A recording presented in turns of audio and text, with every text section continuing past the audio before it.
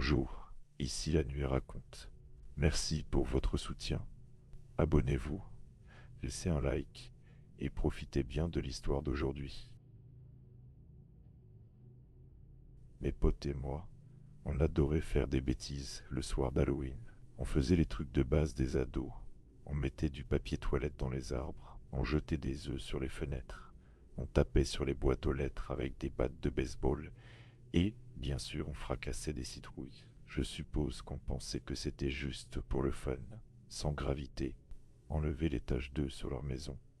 Les vieux couples obligés de payer quelqu'un pour enlever tout le papier toilette de leurs arbres. Dans nos têtes, si on ne voyait pas le mal, il n'existait pas. On n'y a jamais pensé, mais on aurait dû. L'année dernière, on s'est tous entassés dans la bagnole pourrie de mon pote Liam, et on est parti pour notre rituel habituel. Greg a fait tourner un joint grossièrement roulé, et Ryan m'a tendu une bouteille de rhum Screech. J'ai fait une grimace. T'as pas mieux à voler? J'ai demandé, mais j'ai quand même pris une gorgée avant de secouer la tête et de tirer la langue, histoire de montrer à quel point je détestais le goût. Quoi? T'aimes pas le goût de Terre-Neuve? A dit Ryan, faisant semblant d'être offensé. T'es pas un vrai Terre-Neuvien si tu peux pas supporter ton Screech. Tu sais quoi? Marché conclu. J'ai répondu en rigolant. J'étais jamais allé à Terre-Neuve de toute façon, même si j'avais pas vraiment le droit de me plaindre de la sélection de boissons, vu que j'étais mineur et fauché.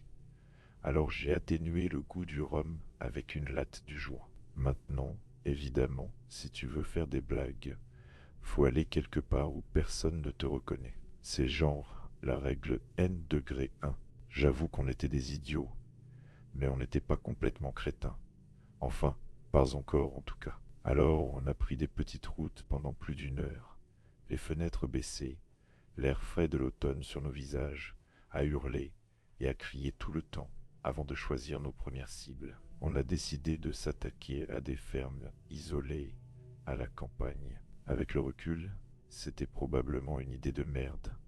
La plupart des fermiers ont un fusil, non?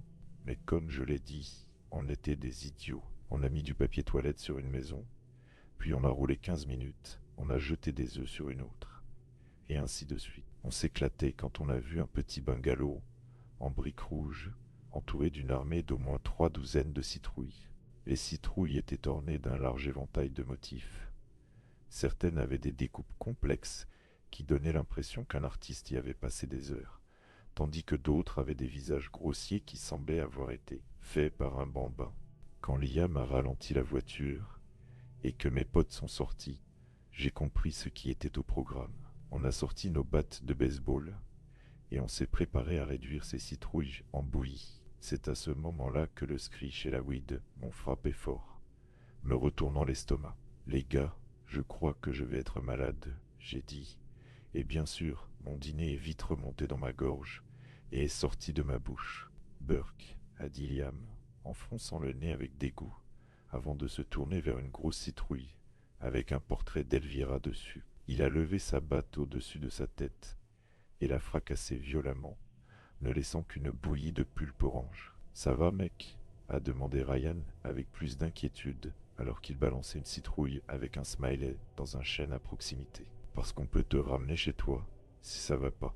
Liam a gémi et semblait prêt à protester, mais après un regard sévère de Ryan, il a accepté.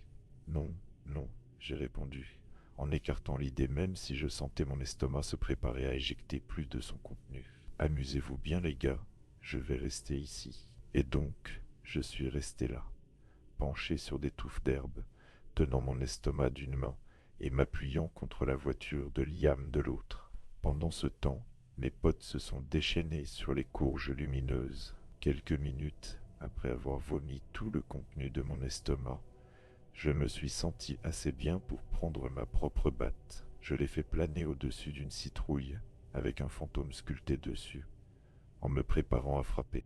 Avant que je puisse abattre mon arme en bois, la porte gris charbon de la maison s'est ouverte avec un grand grincement. L'intérieur de la maison était faiblement éclairé, mais on pouvait voir ce qui semblait être un petit enfant dans un costume de clown rouge et jaune, debout dans l'embrasure de la porte, nous regardant, ses traits cachés dans l'ombre. Merde, a crié Ryan, courant déjà vers la voiture. Faut qu'on y aille. Liam a attrapé ses clés dans sa poche. Et Greg, Ryan et moi, on a tous sauté sur les sièges arrière si vite qu'on s'est retrouvés empilés les uns sur les autres comme des bûches dans une cabane.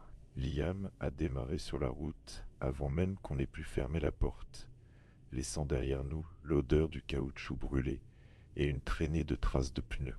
Au début, on a eu peur que la police ait été appelée. Est-ce que quelqu'un avait vu notre voiture? Il était impossible qu'un si jeune enfant puisse voir notre plaque d'immatriculation, et encore moins s'en souvenir, non?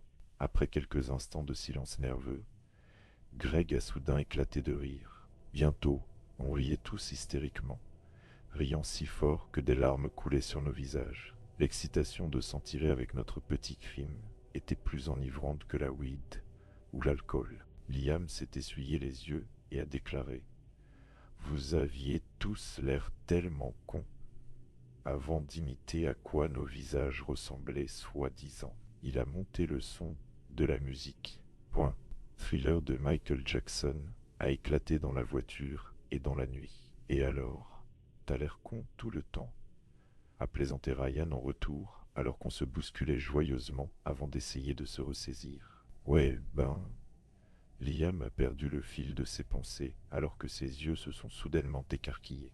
Il n'a eu que le temps de crier: Putain de... avant de faire un tête à queue à la voiture. Quelque chose est entré en collision avec la portière de la voiture, la plus proche de ma tête, la fracassant contre mon crâne.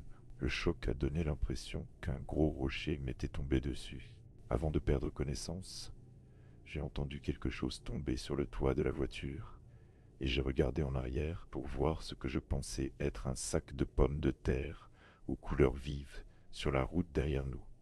Puis j'ai jeté un coup d'œil en avant juste à temps pour voir le pare-choc avant de percuter un vieux pin. Quand je me suis réveillé, ma tête me martelait, comme si on m'avait passé une tronçonneuse dedans. L'air était brumeux et sentait l'amidon brûlé. Tout était silencieux. J'ai regardé autour de moi pour voir mes potes revenir à eux autour de moi. Le visage de Liam était enfoui dans un airbag, mais on était tous vivants. Maintenant, si on avait un peu d'intelligence, on serait resté dans la voiture. Je veux dire, on aurait pu avoir des blessures à la colonne vertébrale ou quelque chose comme ça. Moi, j'avais une commotion cérébrale, c'est sûr. Mais comme je l'ai déjà dit, on n'était pas intelligent. Alors on est tous sortis et on a marché sur la route, tenant nos téléphones portables en l'air à la recherche d'un signal. On n'en a trouvé aucun. Greg a été le premier à regarder en arrière ce qu'on avait percuté. « Oh merde !» a-t-il crié avec un désespoir dans la voix, comme je n'en avais jamais entendu auparavant. « Oh merde ! Oh merde ! Oh merde !» Je me suis retourné pour regarder la source de la détresse de Greg.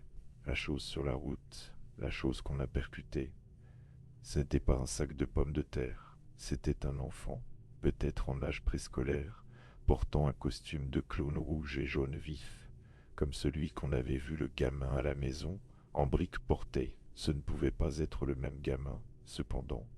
À ce moment-là, on avait roulé sur un bon quart de mile de la route depuis cette maison. Le gamin qu'on a percuté avait les cheveux orange. Son visage était sur l'asphalte, hors de vue. Une batte de baseball était allongée sans force à côté de lui. Il ne bougeait pas. « Putain !» a crié Liam en s'arrachant les cheveux. « Putain, putain, putain !»« Qu'est-ce qu'on fait ?» a demandé Greg, regardant autour de lui, comme s'il espérait désespérément que l'un de nous ait un plan. Aucun de nous n'en avait la moindre idée. Après quelques secondes à se crier dessus, à faire les 100 pas, à pleurer et à paniquer en général, Ryan est allé retourner le gamin. « T'es sûr que tu devrais le toucher, mec ?» a demandé Greg avec hésitation. « Je vais juste m'assurer qu'il est vivant », a répondu Ryan sèchement. On savait tous que ce que Ryan voulait dire, c'était « j'espère qu'il est vivant », parce que ce gamin avait l'air mort comme un clou. Lentement, il a retourné le gamin jusqu'à ce que les réverbères lointains illuminent son visage. « Oh merde !»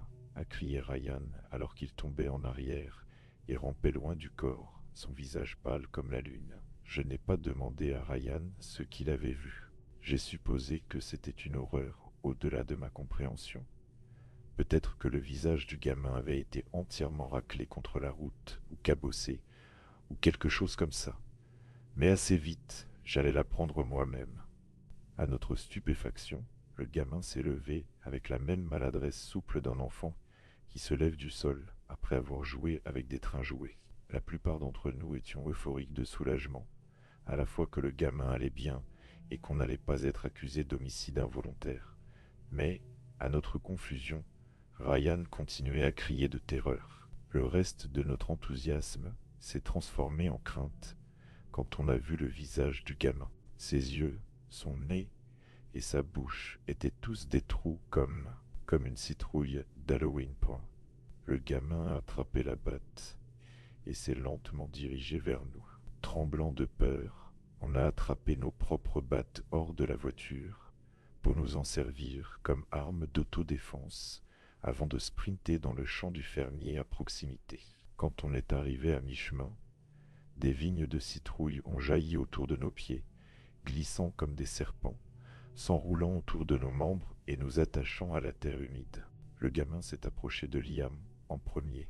Il a fait tournoyer sa batte au-dessus du visage de mon pote, penchant la tête d'un côté à l'autre comme s'il examinait un insecte. Avant que Liam ne puisse faire autre chose que crier, on a entendu un whack croustillant. Chaque fois que l'arme tombait, le son devenait, eh bien, la meilleure façon de le décrire est plumeau. Ça me donnait la chair de poule et me retournait l'estomac. S'il me restait quelque chose à vomir, je suis sûr que j'aurais vomi à nouveau. J'ai eu l'impression que mon cœur essayait de s'échapper de ma gorge alors que je regardais le gamin s'approcher de Ryan. Ensuite, Wack, puis Greg, Wack. Le gamin est venu vers moi en dernier. Ma peur était devenue un animal qui rongeait mes entrailles, désespéré de sortir. Si j'avais pu déchirer ma propre peau pour m'enfuir, je l'aurais fait. C'est le genre de peur que j'avais. Le genre où tu te couperais ta propre jambe pour t'échapper. La batte du gamin était couverte du sang de mes potes, tout comme leur batte avait été couverte de jus de citrouille. S'il te plaît, j'ai crié, ne me fais pas de mal. Le gamin m'a considéré, puis a inspecté ma batte. Il m'a regardé avec ses yeux creux et a hoché la tête. Les vignes m'ont libéré alors que je le regardais traverser le champ jusqu'à ce qu'il disparaisse dans l'obscurité. Il m'a fallu un certain temps pour comprendre pourquoi il m'avait épargné, mais en réfléchissant à cette nuit, j'ai fini par comprendre.